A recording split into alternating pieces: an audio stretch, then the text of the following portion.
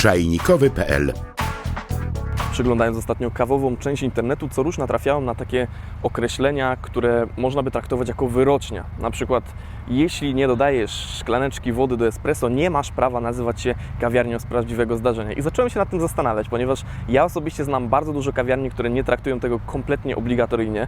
I oczywiście zawsze gdzieś tam jest możliwość wzięcia sobie takiej szklaneczki z wodą z baru, albo uzupełnienia z karawki, albo po prostu jest kranik do tego przystosowany. Natomiast nie jest to coś obowiązkowego. Więc dzisiaj rozwiążemy temat, kiedy pić wodę, czy pić wodę i jak to zrobić, żeby nie popełnić faux pas.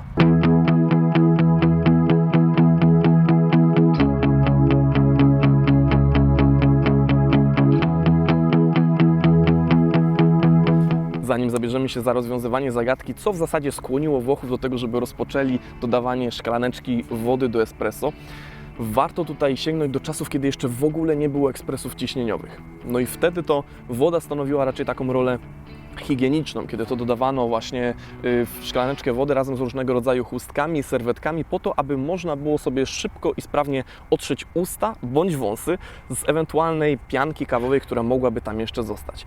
Równie nieprzychylnie patrzono też na brudną łyżeczkę. Po pierwsze, mogła ona ubrudzić obrus, nasze otoczenie, więc wyglądałoby to bardzo nieestetycznie, a po drugie sam widok brudnej łyżeczki był przyjmowany z wielką niechęcią, więc za każdym razem, kiedy mieszaliśmy naszą kawę, należało opłukać łyżeczkę w tej wodzie, która właśnie znajdowała się koło filiżanki i dopiero wtedy odłożyć ją na spodeczku.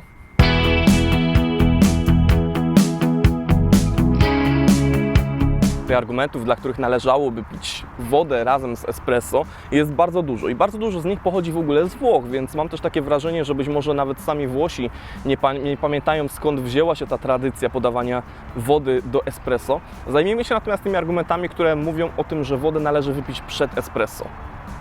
Pierwszy argument, który tutaj często jest podawany, jest taki, że nie należy pić tak intensywnej kawy na pusty żołądek, ponieważ jest to zwyczajnie szkodliwe. I wydaje mi się to fajnym argumentem, natomiast nie jestem przekonany, czy to, ponieważ bardzo dużo Włochów pije espresso tuż po posiłku, a więc nie są na czczo, więc nie mają tych problemów.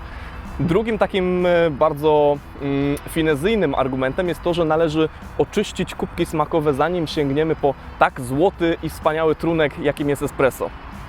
I nie chcę się tutaj specjalnie nabijać z tego argumentu, ponieważ wiem, że niektórzy ludzie traktują go naprawdę bardzo serio.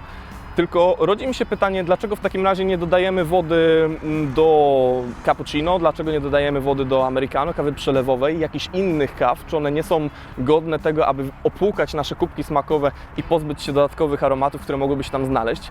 Wydaje mi się to w takim razie pewną taką poetycką formą, która nie do końca się sprawdza, ponieważ nie ma tutaj żadnej konsekwencji w tym działaniu.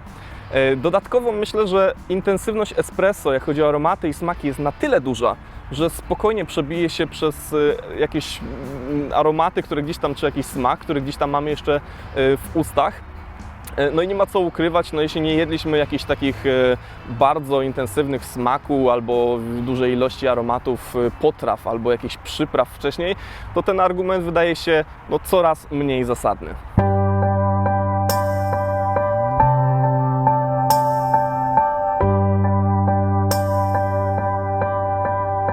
Istnieje również argumenty ku temu, aby pić wodę równolegle z espresso i pierwszy z nich jest taki, że zwyczajnie kawa odwadnia, więc uzupełnienie wody w tym momencie pozwala nam uzupełnić płyny, szczególnie kiedy znajdujemy się w bardzo gorącym klimacie, w południowym słońcu.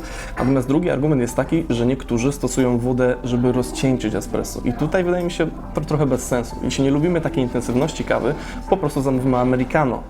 Espresso to jest taka kawa, która dobrze smakuje, kiedy jest ciepła. W momencie, kiedy stygnie, zaczyna tracić te wszystkie swoje walory i pozytywne doznania po prostu pryskają. Więc jeśli dolewamy zimnej wody, obniżamy temperaturę, okazuje się, że to espresso nie będzie tak smaczne. Jeśli lubimy rozcieńczać espresso, lepszym rozwiązaniem będzie po prostu poproszenie baristy o to, żeby dolał do niego gorącej wody.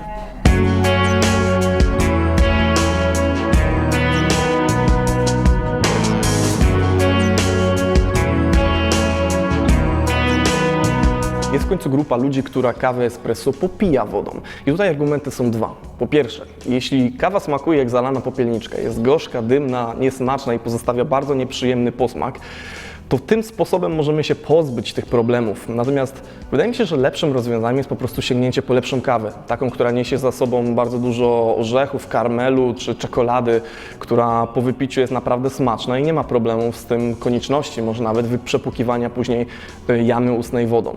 To przepłukiwanie jest właśnie tym drugim argumentem, czyli zachowanie higieny jamy ustnej, podczas gdy espresso zawiera bardzo dużo pyłu różnego rodzaju, właśnie tych drobinek kawy, które przyklejają nam się do dziąseł, języka, podniebienia, ale też zębów.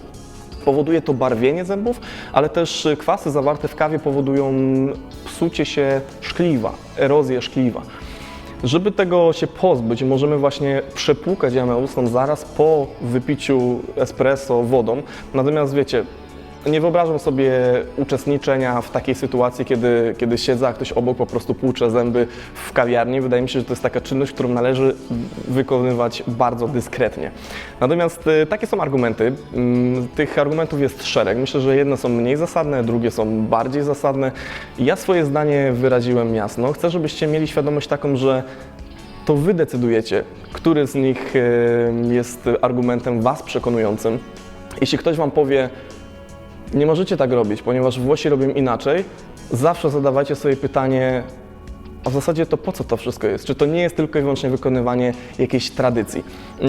Moja opinia w tej kwestii jest jasna, ale z chęcią poznam też waszą opinię, więc piszcie w komentarzach, jak wy pijecie espresso i kiedy pijecie tą wodę oraz czy w ogóle bierzecie wodę do espresso. Żegnam się z wami, liczę na dużo komentarzy w tej kwestii i do zobaczenia na czajnikowy.pl. Czajnikowy.pl